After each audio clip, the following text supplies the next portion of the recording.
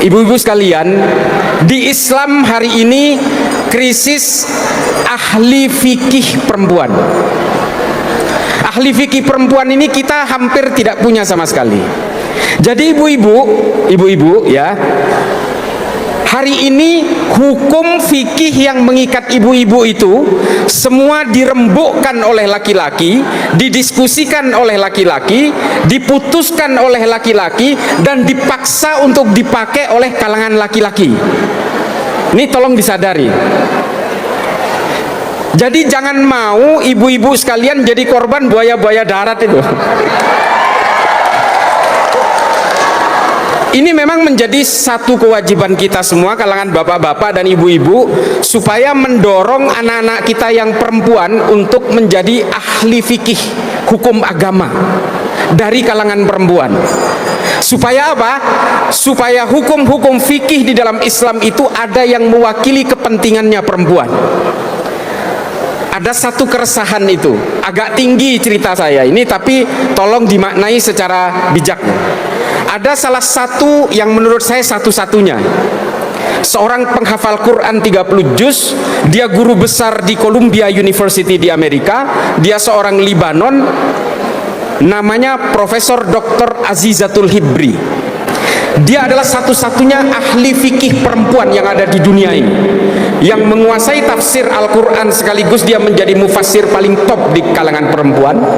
Dia menjadi seorang akademisi dan menjadi pembicara dari seluruh universitas terkemuka di dunia yang mewakili kalangan perempuan.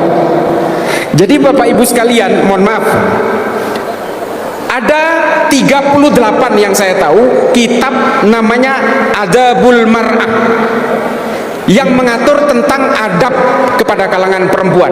Ini semua penulisnya laki-laki, Bu. Coba bayangkan itu. Yang menulis kitab tentang adabnya perempuan, yang nulis laki-laki semua. Ada 38, judulnya sama. Penulisnya berbeda dan semuanya perempuan. Basul Masailnya NU membahas tentang tata cara perilaku dan tata kelola perempuan.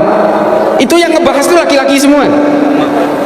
Sementara menjadi perempuan atau laki-laki ini kan bukan kehendak kita, ini kehendaknya Allah.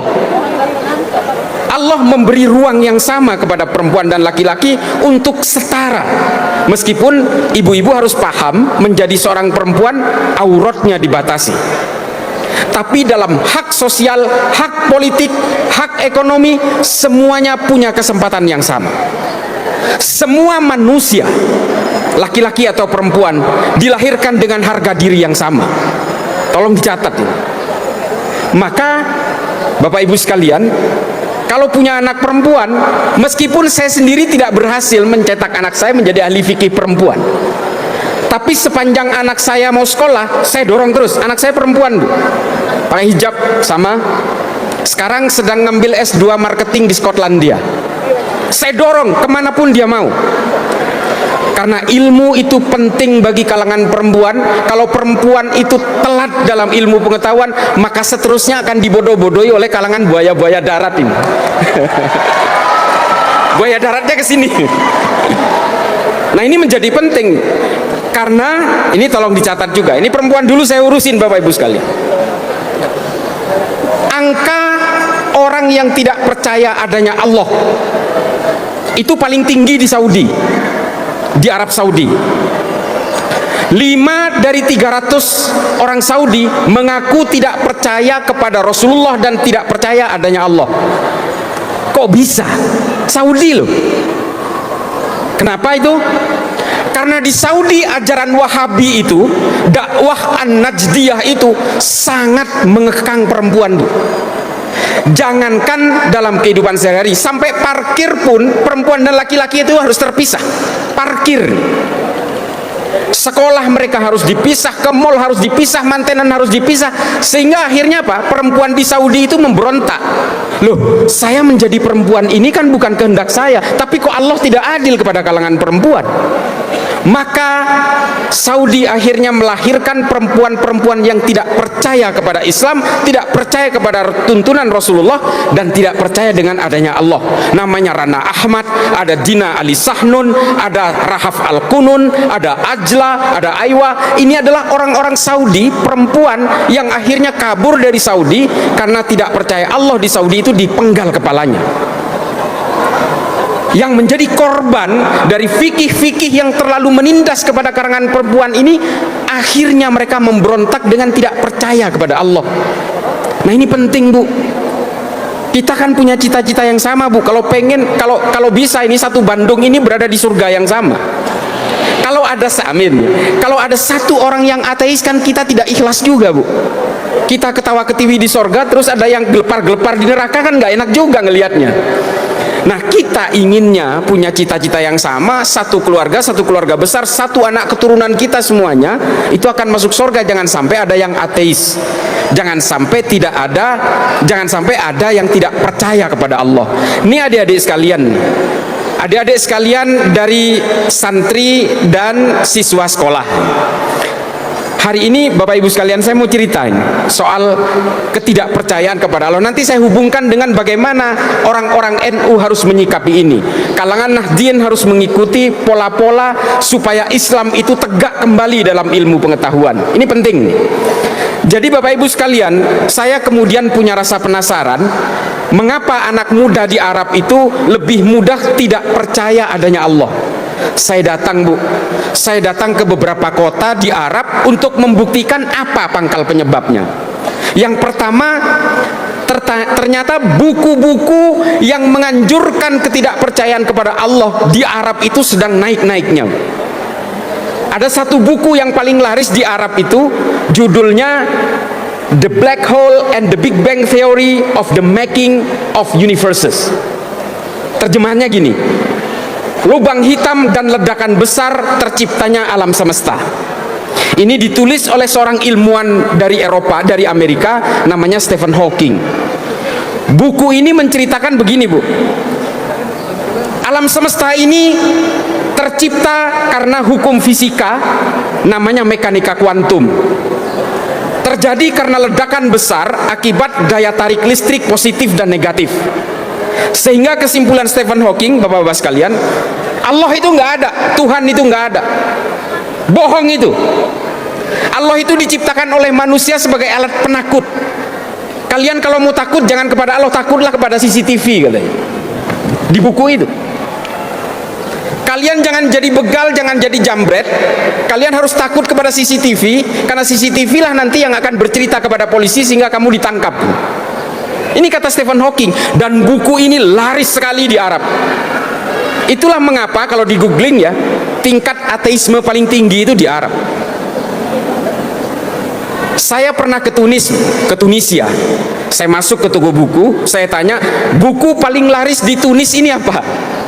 Toko bukunya namanya Le Librairie Le Islam, bahasa Prancis kalau orang sana. Saya tanya, apa paling laris? Ternyata paling laris itu buku yang ditulis oleh seorang ahli biologi dari Inggris, namanya Richard Dawkins. Judul bukunya itu kalau bahasa Indonesianya The God Delusion, angan-angan tentang Tuhan. Buku ini saya supaya nggak kaget kalau nemu buku ini besok-besok, adik-adik terutama ini, menceritakan bahwa Tuhannya manusia itu adalah urat saraf yang jumlahnya hampir 2 miliar di dalam tubuh manusia. Kalau manusia ini urat sarafnya kurang jumlahnya, dia lahirnya cacat. Kalau manusia normal itu dipenggal lehernya sampai putus, maka manusia itu pasti mati. Meski Tuhanmu mengatakan dia belum tentu mati, saya pastikan mati. Ini kata Richard Dawkins. Karena penghubung urat saraf antara otak dan sensor motorik adalah leher. Kalau lehernya kita tebas, maka manusia pasti mati 2000%. Ini kata Richard Dawkins. Maka Tuhannya manusia itu adalah urat saraf. Nah, ini yang dibaca oleh anak muda Arab, sehingga anak muda Arab itu nggak percaya kepada Allah, Bu. Ini kan bahaya kalau sampai diserap oleh anak-anak kita. Nah, persoalannya, kalau Tunis saja yang penduduknya hampir 100% beragama Islam, coba bayangkan ini. Bu, kalau masuk Islam itu ada acaranya, Bu. Baca syahadat. Kalau masuk Katolik dibaptis. Kalau orang keluar dari Islam, keluar dari Katolik, keluar dari Kristen, nggak ada acaranya, Bu. Dia bisa keluar diam-diam tanpa orang lain tahu. Ini karena nggak ada sensus saja di Indonesia. Kalau di sensus orang ateis mungkin banyak banget. Karena apa? Karena santri, para ulama, para pemikir, cendekia dari kalangan agamawan hampir tidak berfungsi untuk melawan kelompok-kelompok orientalis yang seperti ini. Gak ada yang ngelawan. Ulama Tunis, ulama Mekah, nggak ada yang ngelawan Stephen Hawking, nggak ada yang ngelawan Richard Dawkins, nggak ada yang ngelawan Daniel Dennett, nggak ada. Coba tuh, mau apa kita? Maka kemudian generasi kita bisa digerus perlahan, dan kemudian mereka tidak percaya adanya Allah, dan mereka tidak percaya adanya agama, sehingga kalau kita suruh sholat, bisa aja sholatnya pura-pura, karena di hatinya udah nggak yakin. Dan ini menimpa generasi muda di Arab. Saya nggak bisa bahasa Sunda, makanya saya nggak bisa ngelucu. Kalau bahasa Madura saya bisa, tapi nggak apa-apa. Serius seperti ini, tapi mudah-mudahan bisa diserapi oleh kita, kalangan Nahdien yang menjadi andalan bangsa ini. Tepuk tangan untuk NU. Nah, pada suatu kesempatan, Bapak Ibu sekalian, nah ini ironis, saya mampir ke Berlin sepulang dari Tunis. Saya datang ke toko buku, saya tanya, ini direkam ini, mudah-mudahan banyak yang nonton. Saya datang ke toko buku, ada buku Islam nggak di sini? Lalu dia bilang ada satu.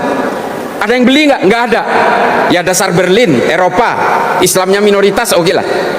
Saya lihat bukunya itu, buku terjemahan Al-Quran yang ditulis oleh seorang ahli Islam dari Tunisia, namanya Syekh Muhammad Thohir bin Asyur. Nama kitab tafsir Al-Qurannya itu At-Tahrir wa Tanwir.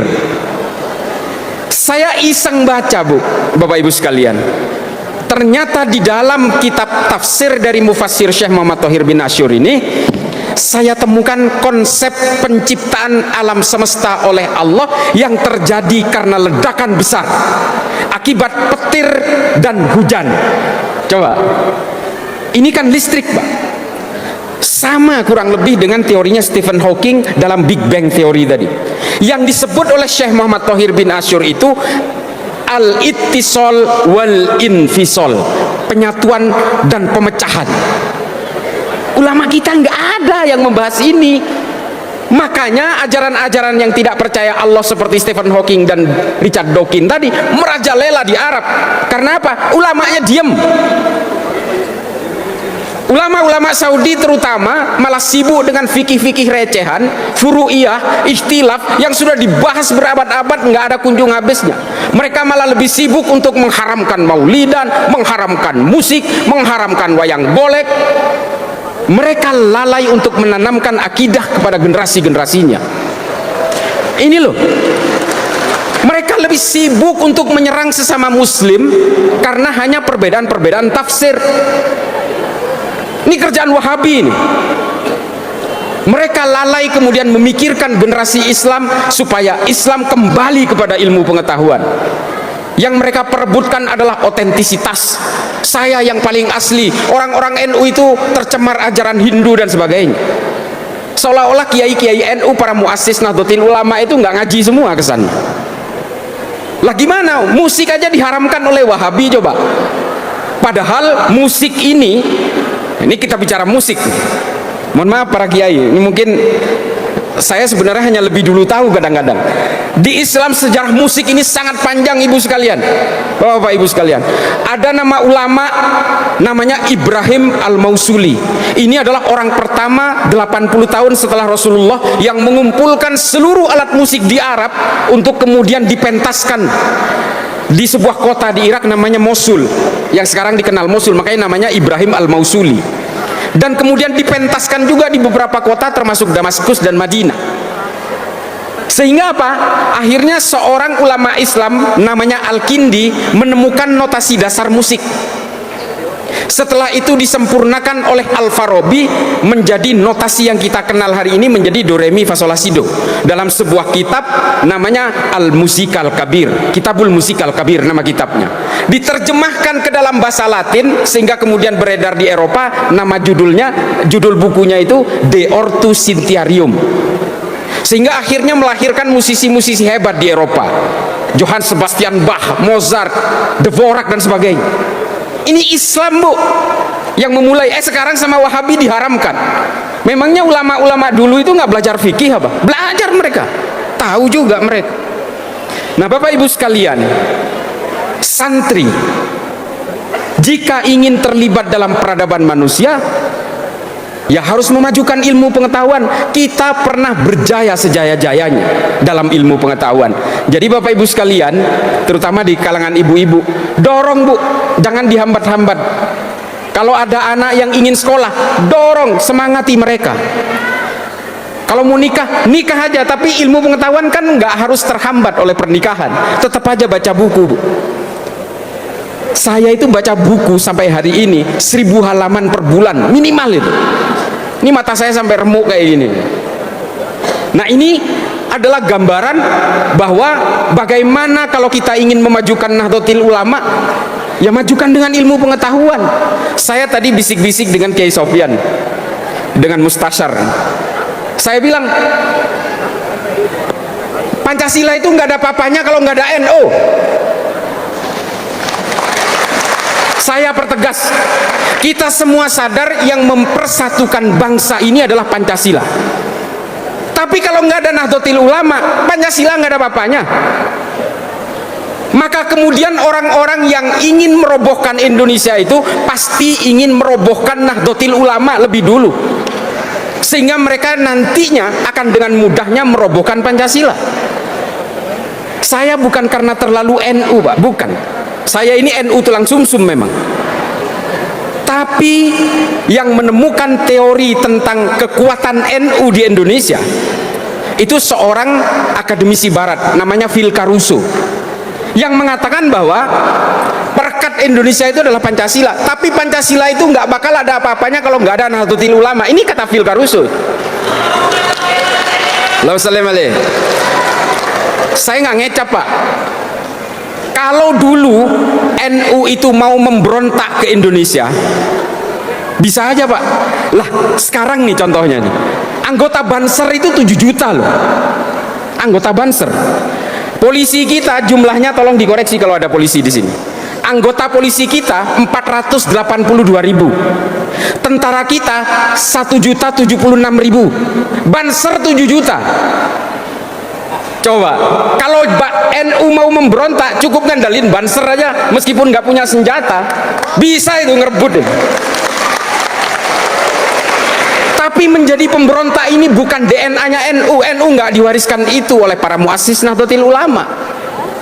NU itu diajari untuk taat kepada negara, berlindung di bawah negara dengan undang-undangnya. NU nggak pernah memberontak, meskipun zaman Soeharto kita digencet habis-habisan, pernah nggak memberontak? Muktamar NU di Cipasung dulu, Panser itu datang semua mengintimidasi Gus Dur, dibuat sosok tandingan untuk melawan Gus Dur namanya Abu Hasan. Tetap aja orang-orang NU itu nggak terpengaruh. NU itu dikasih badut ya susah ketawanya, dikasih macan ya susah takutnya. Itu NU itu. Makanya NU itu kalau kata orang Jawa itu ya nggak gampang kaget lah, orang gumunan. NU dari dulu digencet-gencet, Pak, dihajar oleh PKI, dibantai ulama-ulama NU dan anak-anak Ansor di Banyuwangi. Ketika ngelawan, NU disalahin. Dari dulu itu selalu dicurigai. Apakah NU pernah mau memberontak kepada Indonesia? Nggak pernah. Ini mohon maaf kalau ada yang pernah berhubungan dengan gerakan ini ya. Kartosuwiryo aja ini. Kartosuwiryo kalau tidak mendirikan NII, Pak, dia jadi pahlawan. Bapak Ibu sekalian, dia penandatangan Sumpah Pemuda loh. Kartosuwiryo itu menandatangani Sumpah Pemuda, dan dia orang dekatnya Bung Karno.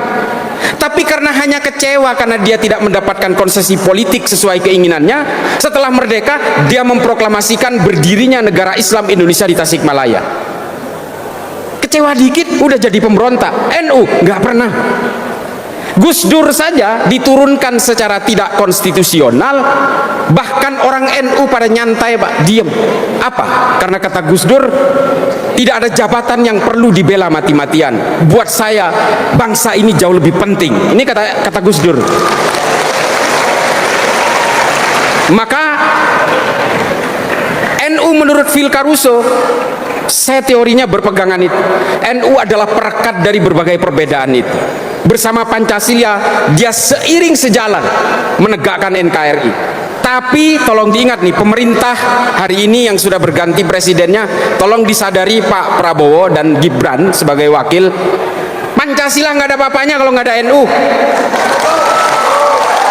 Jangan anak tirikan NU. Lah ini mohon maaf, jumlah anggota NU di sini itu 82 juta kurang lebih. Ngeludah aja banjir loh Indonesia ini. Ini nggak kaleng-kaleng. Bapak Ibu sekalian, di tengah berbagai gempuran ajaran-ajaran yang mengatakan NU ahlul bid'ah, ahlul kubur, ini orang-orang yang kufur dan tudingannya macam-macam. Mereka itu hanya ingin merobohkan Pancasila sebenarnya, makanya kita itu dipersekusi habis-habisan. Terutama orang-orang Wahabi. Setiap NU melakukan upaya-upaya kultural, wah dia selalu disindir. Hampir separuh bumi ini sudah saya datangi, Bu. Hampir separuh bumi ini pernah saya datangi. Mau Amerika Selatan, Australia aja yang saya nggak pernah. Selebihnya udah pernah saya datangi. Terutama negara-negara konflik. Mengapa negara-negara itu masih berkonflik hingga hari ini? Karena mereka nggak punya NU, Bu. Beneran ini. Ini contoh. Saya 2 tahun menjadi penasehat pemerintahan Somalia untuk menghalau gerakan radikal dan teror. 2 tahun. Satu negara Somalia itu pahamnya Wahabi Salafi semua. Satu negara. Satu negara itu sepakat tidak boleh ada gereja, tidak boleh ada orang Kristen, tidak boleh ada musik, tidak boleh ada rokok. Semua mengharamkan itu semua. Satu negara sepakat. Tapi setengahnya dikuasai pemerintah, setengahnya dikuasai pemberontak yang namanya Al-Syabab.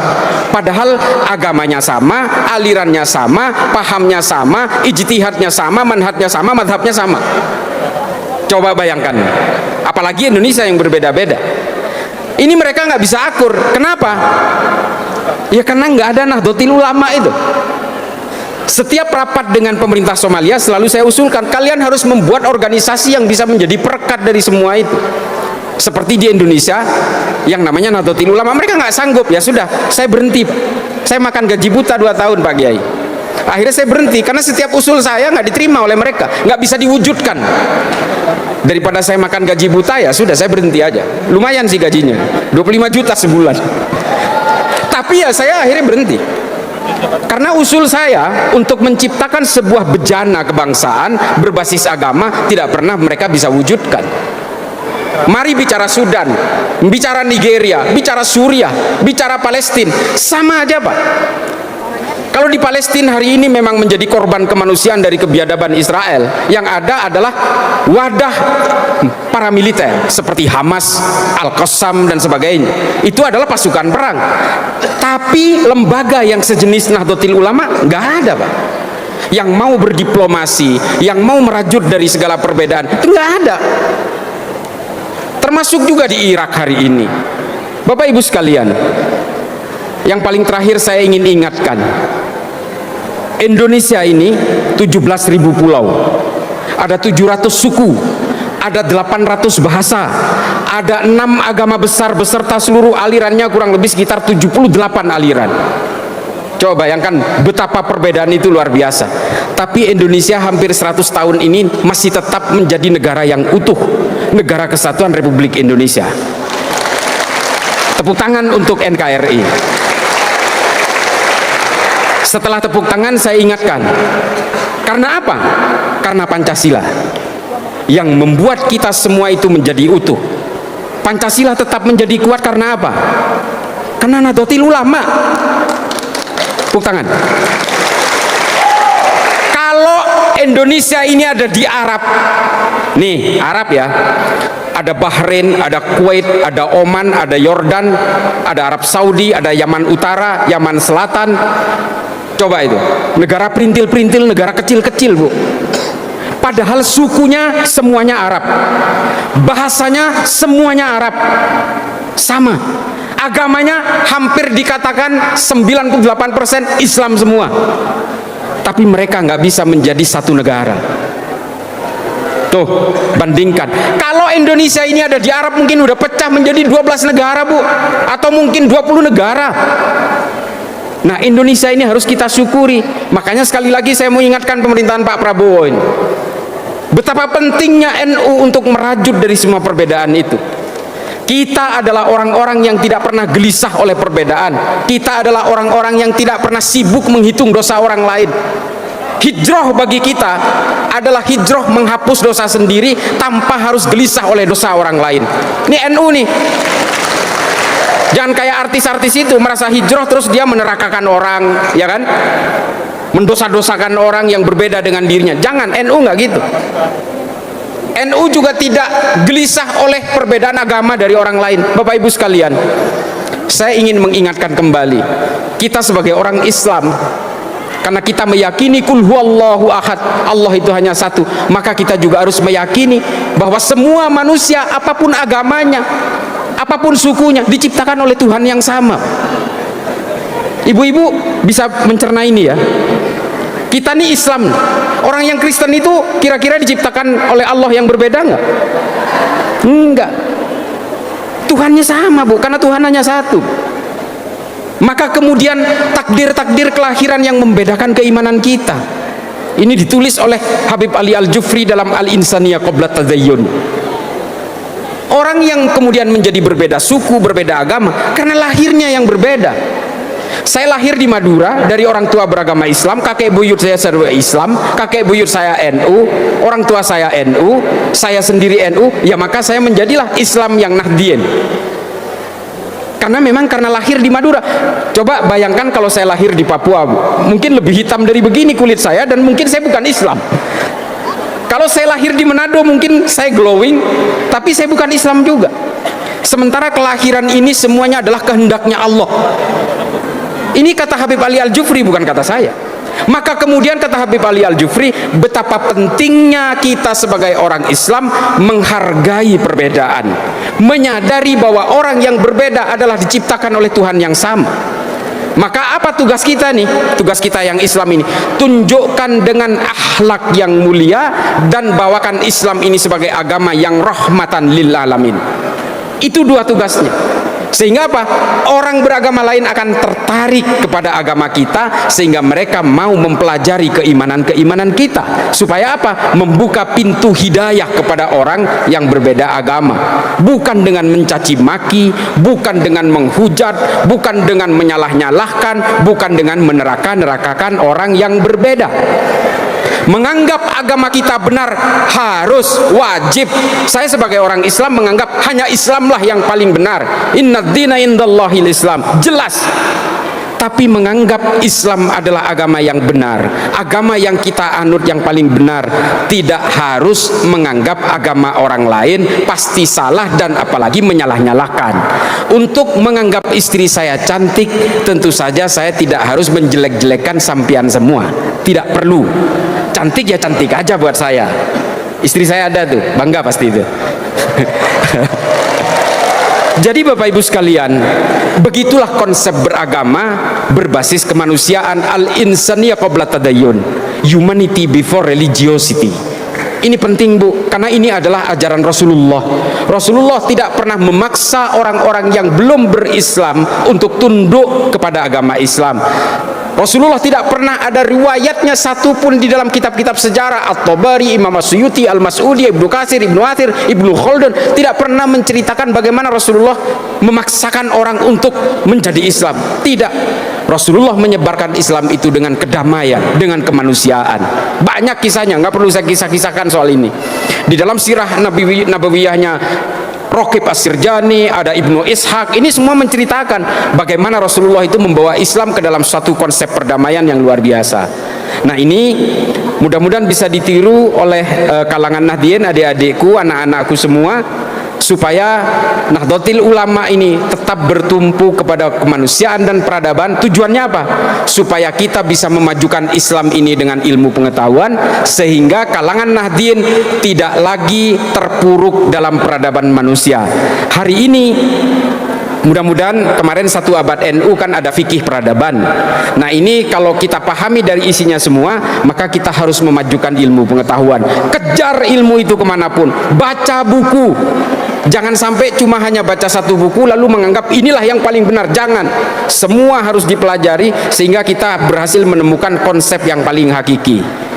Sekali lagi saya ingin mengingatkan bahwa Islam ini bertumpu kepada kemanusiaan, selain kita harus mempertebal iman. Dan inilah anjuran dari para muassis NU. Kita perangi kebatilan, amar ma'ruf nahi mungkar, iya, tapi jangan kemudian kita terbelit dalam syahwat dan subhat. Tolong dipahami ini. Jangan sampai seperti menjadi teroris-teroris Wahabi itu. Mereka semua ingin merobohkan. Kemarin saya cerita terakhir sebelum saya mundur. Saya kemarin sempat ngobrol dengan salah satu mantan amirnya Jamaah Islamiyah, Kiai. Tidak perlu saya sebutkan namanya. Jadi rupanya mereka ini, orang-orang teroris ini, yang dia kejar itu adalah harta, tahta, wanita, senjata. Ini yang dikatakan oleh mereka. Kalau mereka itu sudah mengejar harta lewat jaringan ini, maka dia akan bebas mendapatkan istri sebanyak-banyaknya. Itu tujuannya. Dan kalau sudah semuanya didapat, dia akan mendapatkan senjata sebagai simbol dari superioritasnya dia. Kan akhirnya apa? Dia membunuh orang, ngebom Polsek Astana Anyar, ngebom di Cicendo segala macam. Akhirnya apa? Dengan jubah agama dia sebenarnya hanya ingin memperkaya diri. Bom Astana Anyar kemarin korbannya itu seorang polisi, anggota Persis, dia rajin pengajian dan sebagainya. Kan kasihan sesama Islam. Sementara mereka itu menggunakan jubah agama. Nah, jubah agama ini seringkali dikenakan oleh para penjahat supaya apa? Supaya kejahatannya terlihat terhormat. Kalau udah atas nama agama, Bu, orang itu mudah ditipu. Mudah ditipu. Jangankan soal terorisme, jangankan soal politik, tolong ingat-ingat nih. Bahkan investasi bodong atas nama agama pun sering kita menjadi korban penipuan. Arisan syariah sering menjadi korban penipuan kita-kita ini. Kampung syariah, kampung kurma, travel biro segala macam. Kalau sudah atas nama agama, kejahatan terlihat terhormat. Makanya kita beragama juga harus menggunakan rasionalitas berpikir. Ad-dinul aqli. Jangan lalai dengan akal. Karena agama ini juga dibangun dengan konstruksi akal yang sehat. Gitu ya.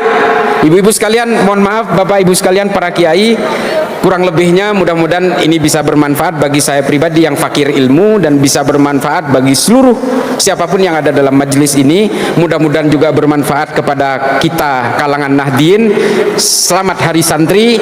Kita yang mantan-mantan santri ini juga ikut bergembira. Terima kasih kepada pemerintahan sebelumnya yang telah menetapkan 22 Oktober sebagai Hari Santri.